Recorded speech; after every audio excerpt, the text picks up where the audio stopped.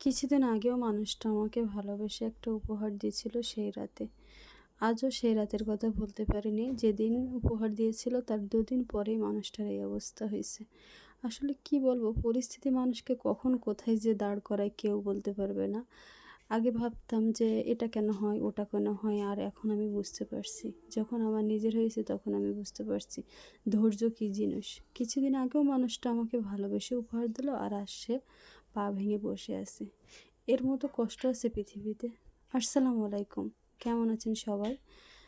২-৩ দিন আবার কোনো ভিডিও দিতে পারিনি। আসলে কিছুই বলার নেই, কিছুই করার নেই। এত ব্যস্ত। আর বুঝেন তো যে একটা অসুস্থ রোগী যদি বাসায় থাকে তাহলে তাকে নিয়ে কত দৌড়াদৌড়ি, কত কিছু করতে হয়। মানে সব কিছু সামাল দিতে যেয়ে আমি নিজে হিমশিম খেয়ে পড়ছি। জানি না আমি এখান থেকে মুক্তি পাবো কীভাবে, বুঝতে পারছি না।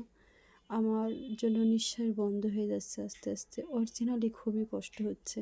আসলে একা হাতে সব কিছু সামলানো, ব্যবসা সামলানো, তাকে সামলানো, অসুস্থ রোগী সামলানো, নিজের সন্তানাদি, এদিকে নিজেরও একটা ছোট হোক সেটাও তো একটা বিজনেস, সেটাও সামলানো। আসলে আমি পাগল হয়ে যাচ্ছি। আমি যে এখনও দাঁড়িয়ে আছি, এটাই হচ্ছে আল্লাহর অশেষ রহমত। জানি না সামনের দিনগুলো কেমন হবে। তবে আমার মনে হচ্ছে সামনের দিনগুলো আল্লাহর রহমতে ভালো হতে যাচ্ছে। অলরেডি এই আমাদের সিমেন্টের ব্যবসা, এগুলো খুবই আলহামদুলিল্লাহ খুব ভালো যাচ্ছে। আল্লাহর কাছে হাজার শুকরিয়া। মানে ব্যবসাটার এমন অবস্থা হয়ে গিয়েছিল, একদম ডাউন হয়ে যাচ্ছিল, কিন্তু সেখান থেকে আলহামদুলিল্লাহ খুবই একটা ভালো ফিডব্যাক আছে। আসলে ধৈর্য থাকলে ইনশাল্লাহ সফলতা আসবেই। যে কোনো কাজে আমরা ধৈর্য হারিয়ে ফেলি। তবে আমার তো ধৈর্য বলে কোনো কিছুই নেই। আপনারা সবাই আমার জন্য দোয়া করবেন যেন আমার ধৈর্য আসে। আল্লাহ তাআলা আরও যেন ধৈর্য দেয়। তো যাই হোক, আমি গ্রামের বাসা থেকে যেদিন চলে আসছিলাম সেদিন একটু হালকা পাতলা রান্না করে নিয়ে আসছিলাম। তারপরে এসে তো বাসায় অনেক কাপড়-চোপড়, তারপরের দিন কাচতে হলো।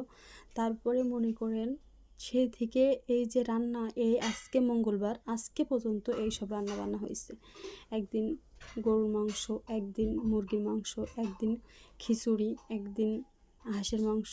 মানে এইগুলো মোটামুটি এতদিন রান্নাই হয়েছে। মেহমান আসতেই আছে। আসলে কিছুই বলার নেই, কিছুই করার নেই। আসলে সব কিছুই ধৈর্য ধরতে হবে। মেহমানও মাওলা পাঠায়। যাই হোক, এগুলো ছিল এই কয়দিনের ভিডিও। আমি কোনো ভিডিও দিতে পারিনি।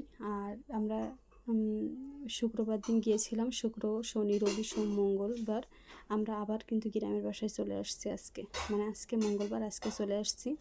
আবার ইনশাল্লাহ যাব শুক্রবারে। এই করতে হবে। ডক্টর বলেছে তাকে 1.5 মাস 2 মাসের নিচে সে দাঁড়াতে পারবে না। তাহলে আমাকে কিন্তু তাই করে যেতে হবে। মানে একদিন এখানে, একদিন ওখানে, এরকম না। যেহেতু দেখা যাচ্ছে 1 সপ্তাহ ওখানে থাকলাম, 1 সপ্তাহ এখানে থাকলাম, এই করেই কাটাতে হবে। কিছু